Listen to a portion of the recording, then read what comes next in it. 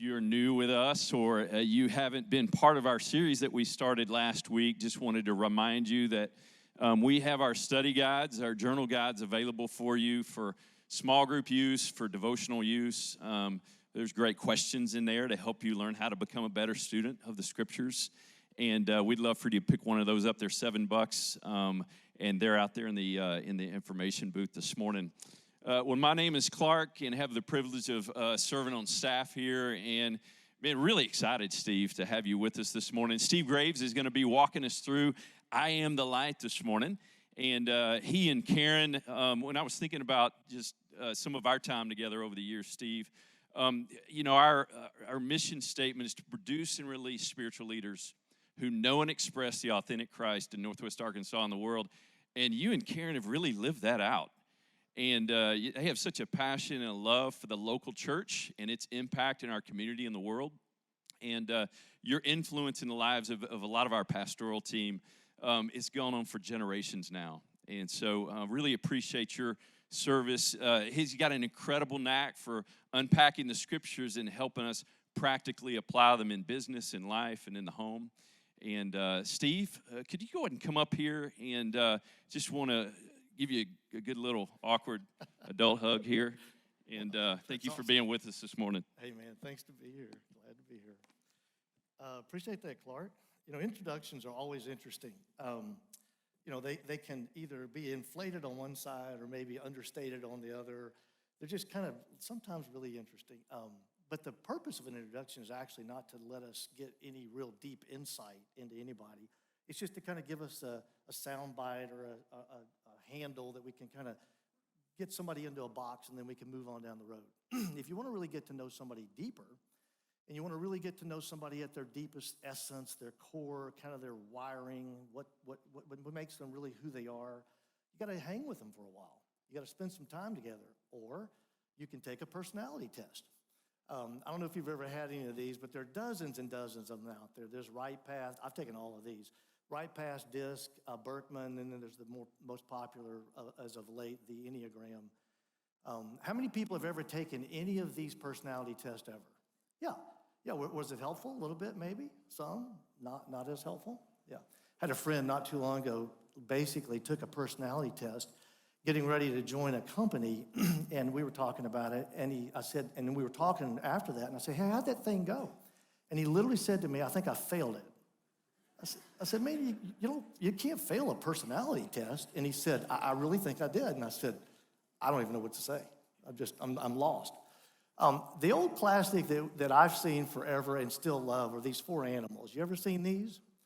The old classics, the old steady, loyal to death, no drama at all. Everybody loves the golden retriever, okay? And then you got the task-driven, get-her-done, busy beaver. And then what you got is you got the playful, fun-loving, life of the party otter. And then, of course, you got that, that confident, dominant, leader of the pack lion. Remember that one? All right, so here we go. Who in the room, where are the golden retrievers? Come on, we love you guys. Love a golden retriever, okay? Where are the beavers that get it all done? Okay. Now look, you realize there's only 4 animals. Okay, you got to raise your hand during one of them, okay? All right, we've got 2 left. All right, who's the fun-loving otters? There you go. I think you see it. Yes, you are. And then there's the lions. Okay, lions kind of don't mind raising their hands, but they're also a little nervous that other people are going to say something. All right. 4 animals, they're a lot of fun. If you want to go on a fun family vacation, go with a whole bunch of otters. It's going to be a little loose. A few things are going to fall through the cracks, but you're going to have a lot of fun. By the time I was 35, I wanted to have some sense of who I was at my deepest core, my real essence. If you peel me back, who was it really that I am in my wiring, my giftedness, who I really was? And I discovered that at my core, I'm a macro strategist, I'm an encourager, I'm a content farmer, and I'm a connector. That's who I am at my core. It lives itself out all the time. When I'm in my best version of myself, I'm in the best version of some of those combination of those 4, okay? You say, Steve, what's the deal with the animals and the personality test? Glad you asked. When we drop into the Gospels, Jesus is the primary character that's unfolding in the story of the whole New Testament. And one of the things that people were constantly trying to figure out is, who is this Jesus? Who is this person at his core, at his deepest essence? Who is he? And I'm talking about everybody. His family, his friends, his disciples, political leaders, social leaders, business leaders, everybody. And they were asking, is he a miracle worker? Is he just this awesome people recruiter? Is he a powerful teacher, a world-class debater, a false prophet? Who is he? Jesus even asked people periodically, who do you think I am? One little principle, write this down, you might want to think about this later, is Jesus constantly pressed people to process and decide who they thought he really was. He constantly pushed people to explore and conclude who they thought he was. And then when we go open up the Gospel of John, here's what we have. We have the clearest, most straightforward, most simple introduction of Jesus by Jesus. He gives us 7 I am statements. Clark opened up the one last week with I'm the bread of life. And today we're going to jump into the I am the light of the world. The second I am statement. So let's open your Bibles, go to your phones or whatever device you might have that has that for you. Open that up and let's look at John chapter 8. And let's just lock on verse 12 first, and then we're going to back up and start working on it. Okay. Now here's what I want us to do today. We're going to do 3 kind of foundational observations to frame our thinking. And then we're going to do kind of 3 practical applications to take home and digest, okay? Because that's kind of maps out kind of our time together. Kind of split right down the middle, half and half, okay? We're going to go fast, so hang on. Let's go. First foundational observation. In the Bible, light and life are identified with the true God, and darkness and death are identified with counterfeit gods or enemies of the true God. Now look, I know that's a mouthful, but see if you can just read it again real quick. Get your head around that. So from the beginning of the Bible, literally the opening of the Bible in Genesis chapter 1, verse 1, God says, I made light, light is good, and I'm separating light and darkness. Go to the very last book of the Bible, the last chapter of the last book of the Bible. And the writer says, basically, I'm going to sunset. God says, I'm going to sunset this concept of light and dark fighting and battling against each other. Those days are gone. But between the Genesis and the Revelation text, there's 275 references at least where light and dark are stacked together. There's one in 1 Peter, and I gave you one in Acts just to show you examples. But the big idea is this. Throughout the Bible, all the way from the opening chapter of the first book to the last chapter of the last book, we have these 2 stacks. The stacks are light, life, and true God are stacked against dark, death, and the counterfeit God, or counterfeit concept at large. Make sense? Keep rolling. Number 2, God used light to connect to and guide his people. Now, there are 2 set-up scenes that basically set the stage for Jesus to walk up and say, I'm the light of the world. Let me give you both of them. The first one is where Jesus basically, he references, go to chapter 8, verse 2, and he references being in the temple again. See that? Well, Jesus spent a lot of time in the temple. He was there again. This particular time, there was something going on in the temple that was setting the stage for the second I am statement. Go back to chapter 7, verse 2, and you'll see this. There was something about to take place called the festival or the feast of the shelters. Your translation might say tabernacles, it might say tents, it might say booths, all the same thing. The first setup scene is this thing called the Feast of the Tabernacles. Now let me tell you what this was. Once a year, all the people would get together and they would road trip to Jerusalem. You ever been on a road trip? Been on a road trip with friends, with family? We've taken a bunch through the years, ski trips, mountain trips, beach trips, ranching trips.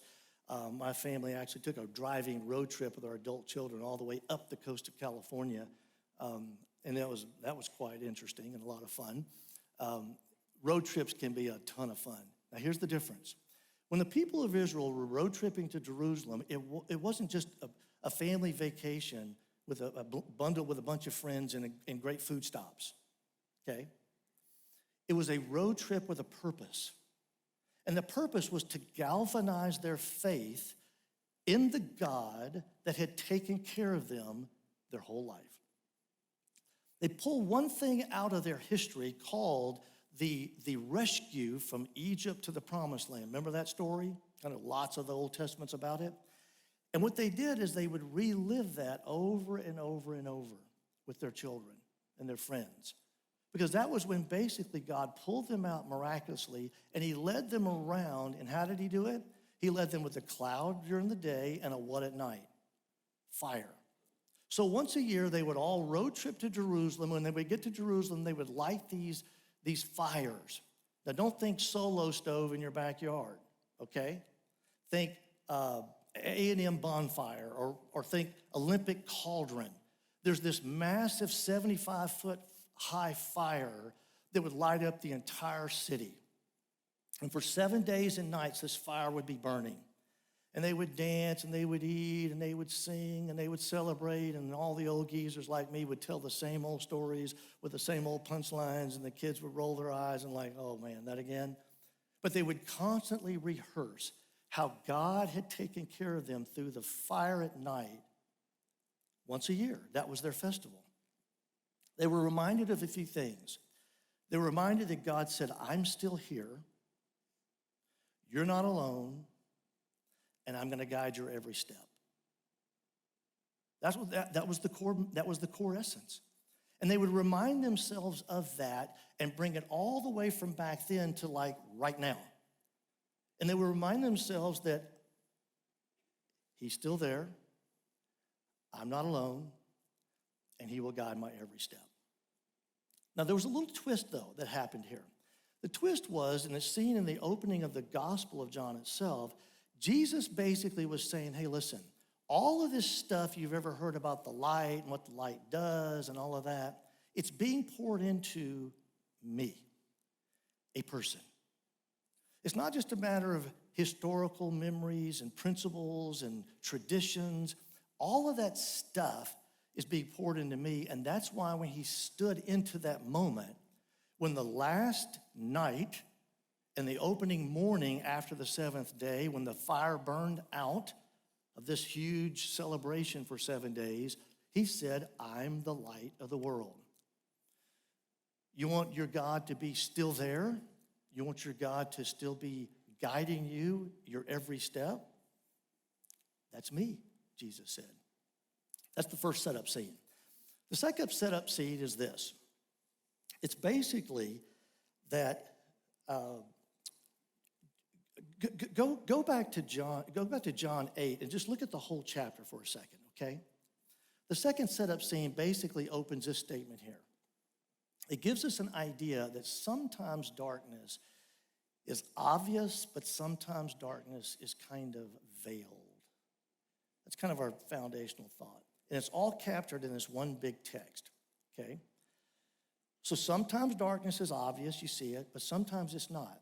The first setup was the Feast of Tabernacles. Into that moment, Jesus said, hey, I'm the light of the world. Let me show you the second setup scene. The second setup scene is basically, there's a couple of human expressions of darkness in this story. Let's read it, and I want to see if you can kind of capture the two expressions of human darkness. But Jesus went to the Mount of Olives. At dawn, he went to the temple again, and all the people were coming to him. He sat down and began to teach them. Then the scribes and the Pharisees brought a woman caught in adultery, making her stand in the center. Teacher, they said to him, this woman was caught in the very act of committing adultery. In the law, Moses commanded us to stone such a woman. So what do you say? They asked him to trap him in order that they might have evidence to accuse him. Jesus stooped down and started writing on the ground or in the earth. Love to know what he was writing. With his finger. When they persisted, he questioned him.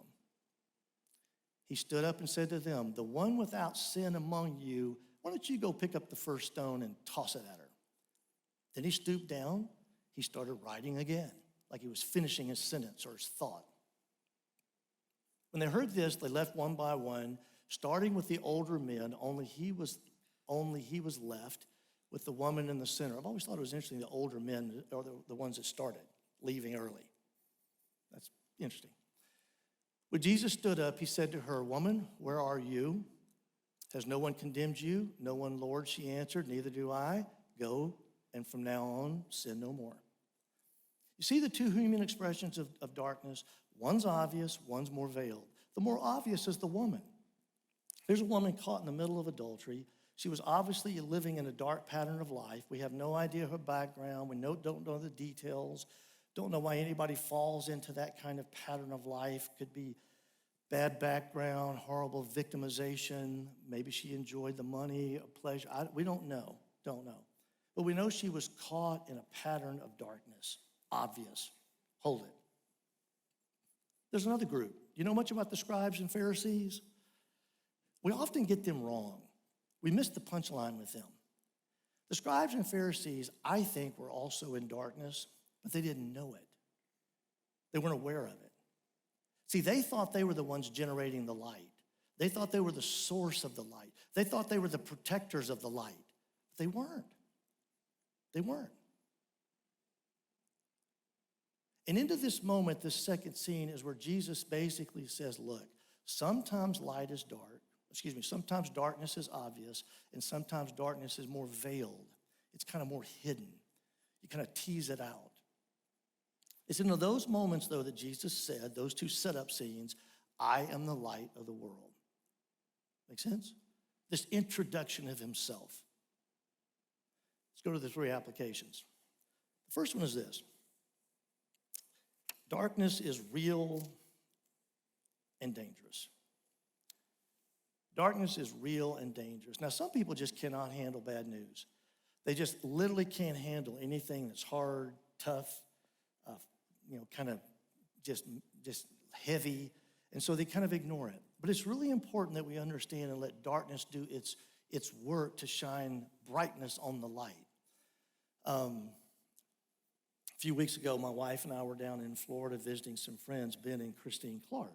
And while we were there, they had been going to a new church, and they wanted us to go with them, so we said we'd love to. So we go to church with them, and that particular morning, they had a guest there from an organization called Renew Africa, or Africa Renewal. And basically what they do is they help people match sponsoring children or people with other people who can help sponsor and take care of them. And so Ben and Christine that morning, like a number of their people in their church, signed up, and they signed up for this nice-looking young girl here from Africa. And some of you might sponsor children with maybe World Vision or Compassion International or Help One Now. I mean, there's dozens of organizations. And if you do, that's fantastic. I mean, just great work. But I got a question for us. Why does Yvette Merriam, I guess that's her first name, middle name, why does she need a sponsor? For that matter, why does World Vision even need to be existing? I've got 3 kids, two son-in-laws, a daughter-in-law, 2 grandkids, and none of them have sponsor cards. You say, Steve, come on, man, get real. You live in Fayetteville. My point is this. There is a darkness that literally just kind of envelopes our world. And the darkness is the refugee crisis. It really is real. Some people put the number as 80 million. 80 million, primarily at least half of them probably are children and kids. The other half are probably women, have been displaced. They have nowhere to go. They live in shanty tent towns with nothing. That's darkness. That's tough. Go to the next slide. You ever see this? We see these all the time. We usually see this and we get kind of heavy and we get dark and man. But you know what? This happens everywhere. Can you imagine if our town looked like this or your neighborhood like this? And worse, you don't have anywhere to go. Like there is darkness everywhere. Next slide. You see any of these words? Now look, I know I'm heavy, but darkness is real and darkness is dangerous. Every one of these, if you spent 30 minutes or an hour researching and thinking these, and then you just sat on it, you would feel this overwhelming heaviness and darkness. Why? Because darkness is real and darkness is dangerous. If you don't believe that, then the idea and the value of Jesus stepping into the moment for our world at large or your life in specific, it doesn't carry the weight and the meaning that it should. Make sense? So when Jesus said, I'm the light of the world, he assumed that there was darkness. He made that assumption. Now, darkness is not just around the world. It actually can hit me right here. One of the things Fellowship does a great job of is every Thanksgiving we do a share service. Some of you have come to those services. And in those services, I always sit and I'm just amazed at the deep tunnels and valleys that people have to go through the year before. I mean, it's amazing the heavy stuff that happens to people. Losses of kids and parents and illnesses and financial disaster and just, it's crazy. So darkness is real, it's dangerous, and Jesus steps in and says, I'm the light of the world to darkness. Second kind of application I want us to think about, and you can take home and kind of spend some time pondering, is this. The way out of darkness is to follow Jesus. Now, this is where the crux of the text kind of takes its turn. If you go to John chapter 8 and actually look at verse 12 again, it says, he who follows me will not walk in the darkness, but the light is theirs. Why does anybody choose darkness? Why would any of us choose darkness? Can you imagine being on a trip? You jump in my car with me. We're driving to Little Rock. We decide to go the Pig Trail because we hadn't been there in a long time. And the sun just set, and we're driving through, and the car in front of us comes at us and blinks the lights. And when they blink the lights, that's to tell us maybe there's a policeman. Slow her down, Steve. Probably, hey, Steve, you forgot to turn your lights on. And I could do what? Oh, man, thanks. Fantastic. Or I could start blinking my lights back. You idiot. You're probably just some punk teenager. Don't you invade my personal driving rights? You can't tell me what to do. I mean, I've been driving the Pig Trail my whole life. I've got more hours logged in my car than you can imagine. I don't need any help from you. There I go. It's only 2 more hours down the Pig Trail in the complete dark. What could go wrong? Really? Here's another one. Headed out on a vacation, 2-week dream vacation, get out of the neighborhood, your spouse says, hey, did you remember to turn the lights on outside? Maybe a light or two on the inside? You can just say, oh, forgot that, or yeah, I got it. Or, hey, what are you being so emotional about and fear-based? What could possibly happen in 2 weeks with our whole house completely dark? Love this quote. There's 2 quotes here that capture for me the idea of why we often choose darkness. The fool learns at the end what the wise man learns at the beginning, and it's impossible for a man to learn what he thinks he already knows. This last year, I decided that I'm going to study the concept of aging gracefully this year. I came across an article that said basically that there's young old, which is 65 to 75, middle old, 75 to 85, and old, 85 and beyond. I kind of thought I was the old young. No. According to this article, I'm the young old. So I started studying it. Why? Because I didn't want the same things that I have seen in some other people to happen to me, overly critical, overly judgmental, fear-based, just a bunch of stuff. So I said, you know what? I think I'm gonna spend some time studying it. Bought 2 or 3 big stacks of books, found 85 sections of scripture to kind of go through and spend some time studying on. Here's my question. Why would I choose? Why would anybody choose to age in the dark?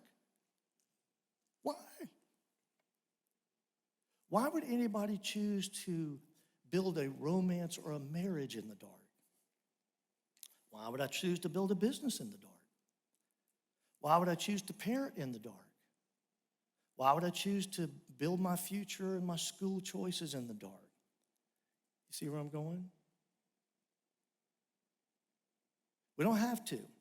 But the way out of the darkness is not just figuring out by myself, doing my best. It's following the way, following the light, following the bread, following Jesus the person who he's introduced as being the way, the direction. Does that make sense? Now look, let's go back and let's grab one more quick thing. This is crucial. Where did the scribes and Pharisees end, and where did the woman end? The scribes and the Pharisees ended in the same place that they started. They started in darkness, they ended in darkness. Now listen, I believe Jesus was constantly pressing even the scribes and Pharisees to figure out who he was. But they chose not. He was blinking at them, and they just like, don't need you. We got it all figured out, cruising down the pig trail. However, the woman, a little different story. Somewhere in that writing on the ground, interfacing with Jesus, she realized, I'm in the dark. I need some help. I'm tired of following my own path. I can't do it by myself. I need something else. And somewhere in there, she moves over and she sees Jesus not as just a great teacher, but she sees Jesus as what? Kyrios. No one Lord. Somewhere in this narrative, she decided Jesus was going to be her master. Somewhere in there, she came to grips with her darkness, and she came to grips with the reality that the person of Jesus was the one to follow into the light. Make sense? All right, let me close with one more quick one. I just want to make sure you have some stuff to really take home and think about. Here's the last one. No darkness is really beyond the reach of the light. No darkness is beyond the reach of the light. Now, sometimes we can think this is true. Some of us can be in such a bad, dark place that we literally can think, you know what? I get it, but just not for me. I'm too dark. Or a situation I'm attached to could be too dark. Some hope or some dream or something that we wish could happen, and we just say there's no way the light could ever touch that. We're not going to study it, but I do want you to make a quick note of this guy named Paul in the New Testament. Just jot down Acts 9 and go back and look at it. Because in this story is exactly what we're talking about happening. Paul is this guy that's full of darkness. He is blinded by what? The light. And he realizes the light is who? Jesus. He's blinded for a while. He comes to light, and he basically lives the rest of his life following the light, the way. So here's the deal. Darkness is real, and it's dangerous. The way out of darkness is to follow Jesus. It's not to figure it out myself. It's not to be overly gotta make this happen. It's to simply realize that, you know what? Blink, blink, blink, blink, blink. My lights are off. Let me follow the light. And then there's no darkness so far out and beyond that the light can't touch. Let me show you this ending quote for us. Jesus offers light and life to every possible corner of darkness in our world. There's no corner. There is no corner that the light of life, the person of Jesus, can't penetrate and turn that darkness into life. Love this quote by Tim Keller. We're more sinful and flawed in ourselves than we would ever dare believe. Yet at the very same time, we were more loved and accepted in Jesus than we could ever dare hope. Let's pray. Father, thank you so much for being the light of the world. It's amazing what you have brought to us. We're grateful. We're stunned. We're shocked. But we will live in hope, knowing that you are still there. We are not alone, and you will guide our every step. In Christ's name, amen.